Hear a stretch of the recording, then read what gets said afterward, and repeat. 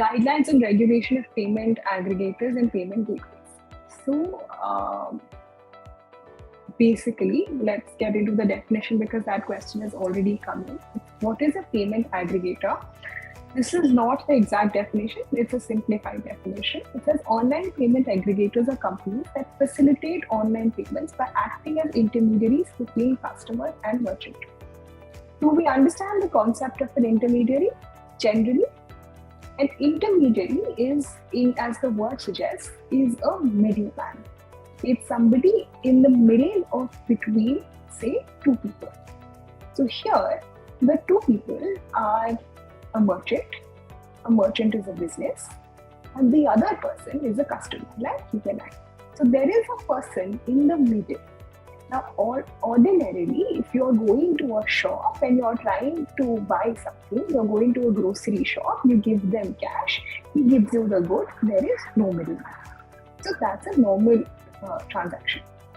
But now, if you're trying to buy goods and you're trying to buy them, say, through your card, which now we will say can be a PPI. So this is how you remember your concepts. Can be a PPI, or you are buying through Paytm, which is your e-wallet, or you're buying through Google Pay, which is UPI.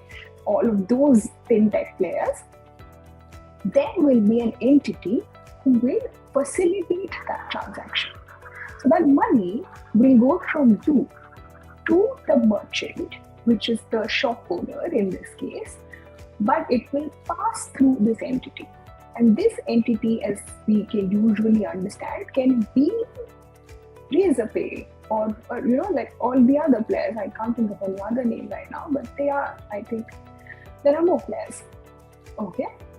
A payment gateway is a software application that connects an online store or merchant to a payment processor, allowing merchant to accept payment from a customer.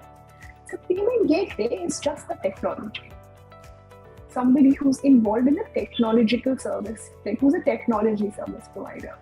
Because maybe the payment aggregator did not develop this technology on its own and it's outsourced it to somebody. So they're just very limited.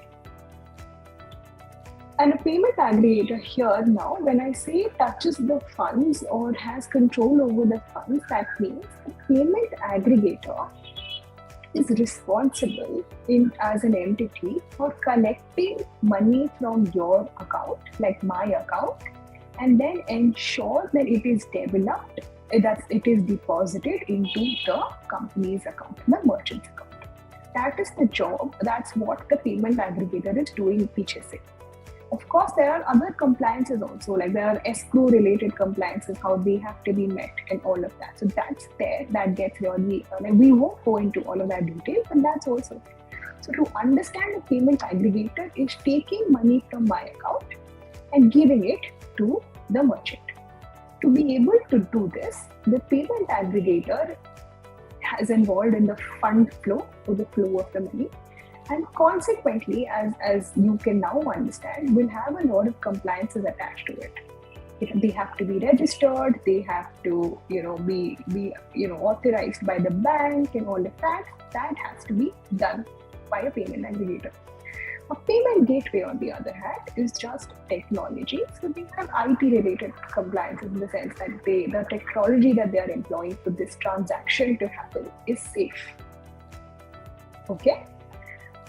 Sometimes, and now we're seeing a high models that payment aggregators can themselves be payment gateways. That means a payment aggregator is using its own technology that it developed by its own. Like Paytm is a payment gateway and a payment aggregator itself. It doesn't use somebody else. So that way, these roles merge, and so the entity then has to undertake all of those compliances. But from a legal point of view or from a regulator's point of view, the attention tends to be focused on the entity that is touching the funds or that is directly involved in the fund flow, which is the payment aggregator. So now these are guidelines that do two things. These guidelines can be broadly classified into two objectives that they go to fulfill. Is that one, that they regulate the non-bank payment aggregators, because we understood that banking is separate. So all non-bank payment aggregators are regulated, and then they provide any technology-related recommendations for payment gateways. So those are the two ways in this guidelines are split.